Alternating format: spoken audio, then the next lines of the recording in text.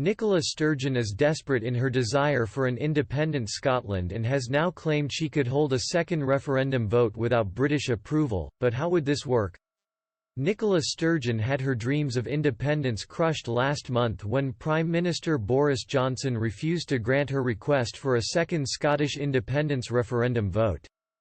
But could the Scottish National Party (SNP) leader ignore the Prime Minister and proceed regardless? Nicola Sturgeon has said no British Prime Minister can stand in the way of the will of the Scottish people.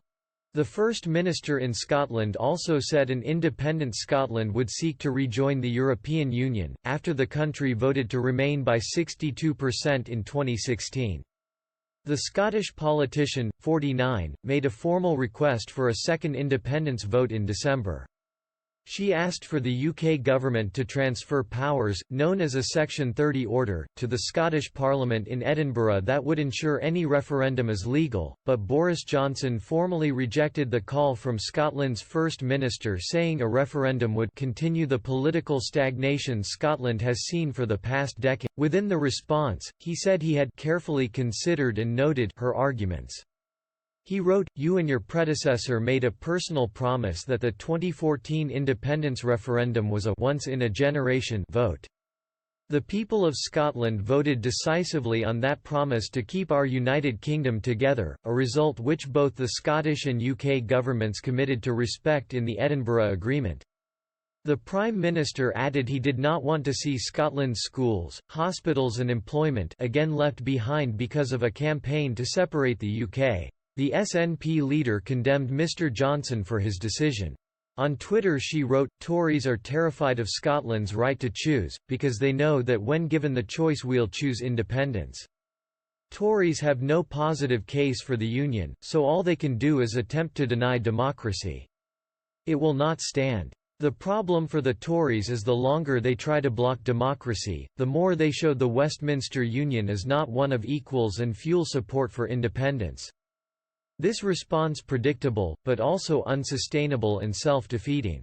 Scotland will have the right to choose, now Ms Sturgeon will seek independence in a legal and legitimate referendum, which can be recognised domestically and internationally."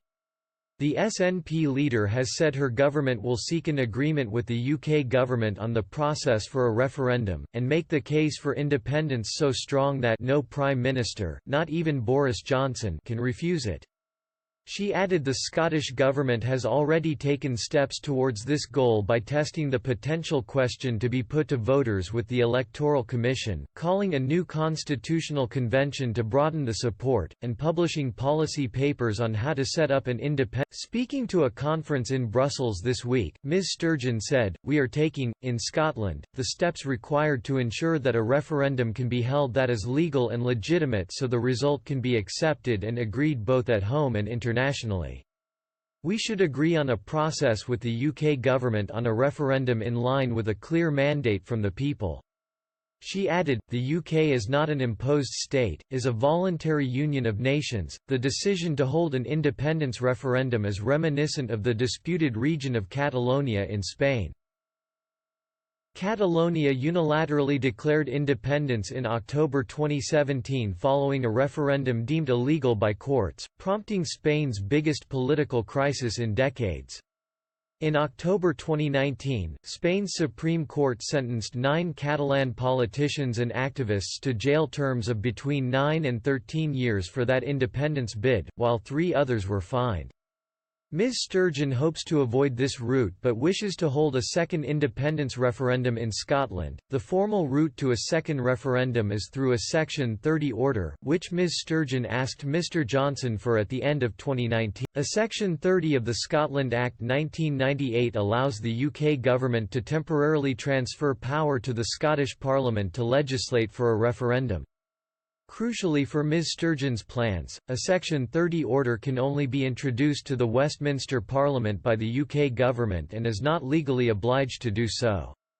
Even if a new Section 30 order were approved and a referendum went ahead, it would be an advisory rather than a legally binding referendum, meaning that a change in the legal status of Scotland would still depend on further negotiation with the UK and legislation in both parliaments. Another potential avenue for a legal and legitimate referendum vote could involve introducing a referendum bill in Scottish Parliament. The presiding officer could then decide the bill falls outside the legislative powers of Holyrood, although this may not prevent the Parliament from debating it. If a referendum bill were debated and passed, it would then be open to legal challenge by any citizen based in Scotland or organisation directly affected by Scots law. If the bill went unchallenged in Scotland, the UK government could then refuse to send it for royal assent and instead ask the Supreme Court to rule on its legality. Ms. Sturgeon could also hold a consultative referendum. However, she is currently resisting demands for a unilateral consultative referendum and has said she will fight any move which invites comparison to Catalonia.